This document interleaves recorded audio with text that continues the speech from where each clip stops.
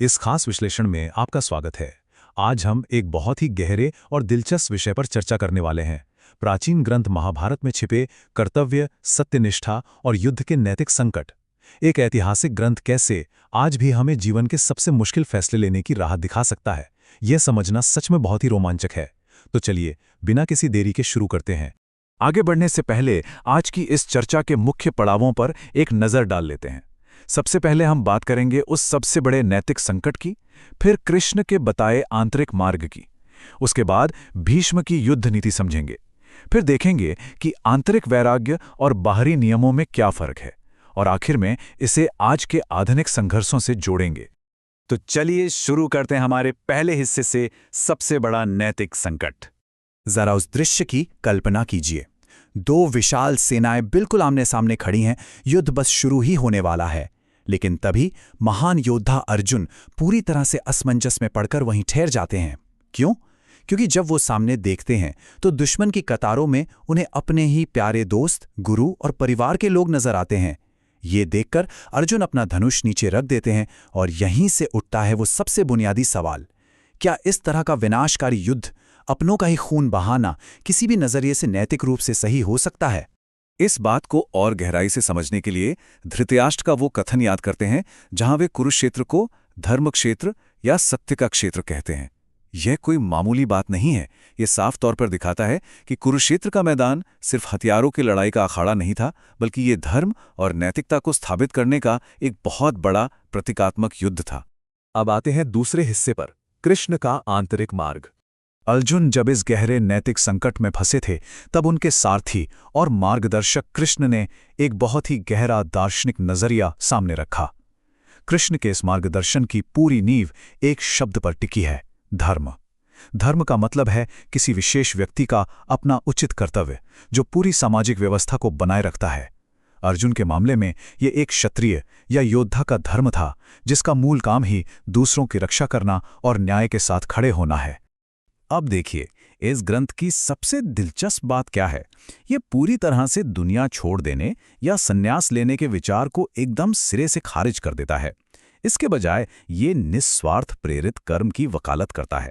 इसका सीधा सा मतलब है कि काम से बचना भी तो अपने आप में काम ही है ना? इसलिए दुनिया से भागने के बजाय समाज में रहकर बिना किसी स्वार्थ के अपनी जिम्मेदारियों को निभाना बहुत जरूरी है। और इसी निस्वार्थ काम को कर्म योग कहा गया है। जब हम बिना किसी लालच, सफलता की भूख या पुरस्कार की चाह के अपना कर्तव्य निभाते हैं, तो हम खुद को उस काम के बंधनों से आज़ाद कर लेते हैं। सच कहूं तो असली और स्थायी संतुष्टि किसी बाहरी चीज में नहीं, बल्कि पूरी तरह से हमारे भीतर ही होती है। कृष्ण इन सारी बातों को एक साथ पिरोते हुए समझाते हैं कि सच्ची आज़ादी या मुक्ति के लिए सिर्फ भीतर से वैरागी होना काफी नहीं है, बल्कि इसके साथ भक्ति योग यानी गहरी भक्ति का होना भी उतना ही जरूरी है। मतलब खुद को एक बड़े उद्देश्य का हिस्सा मानकर पूरे विश्वास और निस्वार्थ प्रेम के साथ अपना कर्म करना। चलिए अब बढ़ते हैं तीसरे हिस्से की तरफ, भीष्म की युद्ध नीति। अब जरा युद्ध के मैदान के दूसरी तरफ चलते हैं, जहां विरोधी सेना के सेनापति भीष्म खड़े हैं। भीष्म ने सम्मानजनक युद्ध के लिए बहुत ही कड़े और स्पष्ट नियम बनाए थे, जैसे केवल हथियारबंद सैनिकों से ही लड़ना, बराबरी वालों के बीच युद्ध होना, निहत्तों या महिलाओं पर वार न करना, आत्मसमर्पण करने वालों पर दया दिखाना और युद्ध में शामिल न होने वालों की रक्षा करना। ये नियम सुनिश्चित करते थे कि लड़ाई पूरी तरह से निष्पक्ष हो। ये सच में प्राचीन काल के युद्ध नियमों का एक बेहतरीन दस्तावेज है। भीष्म अपने नियमों को लेकर कितने सख्त थे, इसका अंदाजा आप इसी बात से लगा सकते हैं कि उन्होंने शिखंडी पर हमला करने से साफ इनकार कर दिया था, क्योंकि उनके नियम कहते थे कि वे किसी ऐसे व्यक्ति पर वार नहीं करेंगे जिसकी प्रकृति कभी स्त्री की रही हो। अपने इसी प्रण को निभाने के लिए उन्होंने सचमुच बाणों की शैया पर लेटना स्वीकार कर लिया। ये अपने उसूलों के लिए दिया गया एक सर्वोच्च बलिदान था। इस पूरे घटनाक्रम पर युद्ध का वर्णन कर रहे संजय की एक बात बहुत सटीक बैठती है। वे कहते हैं कि जो लोग सच में जीतना चाहते हैं, वे ताकत से नहीं बल्कि सत्य, करुणा और सद्गुणों से जीत हासिल करते हैं। मतलब साफ है, अगर जीत छल या क्रूरता से मिली है तो वो जीत नहीं बल्कि अंततः एक नैतिक हार ही है। आगे बढ़ते हैं हमारे चौथे पड़ाव पर, आंतरिक वैराग्य बनाम बाहरी नियम। अगर हम कृष्ण और भीष्म दोनों के नजरियों को एक साथ रखकर देखें तो बात एकदम साफ हो जाती है। दोनों ही संघर्ष का सामना करने के अलग अलग लेकिन बहुत ही बेहतरीन तरीके बताते हैं। जहां कृष्ण का पूरा ध्यान इंसान की आत्मा, उसके इरादों और आंतरिक वैराग्य पर है, वहीं दूसरी तरफ भीष्म बाहरी दुनिया के कड़े नियमों और युद्ध की निष्पक्षता पर जोर देते हैं। इन दोनों के बीच की ये तुलना इस ग्रंथ के एक बहुत ही गहरे सच को सामने लाती है।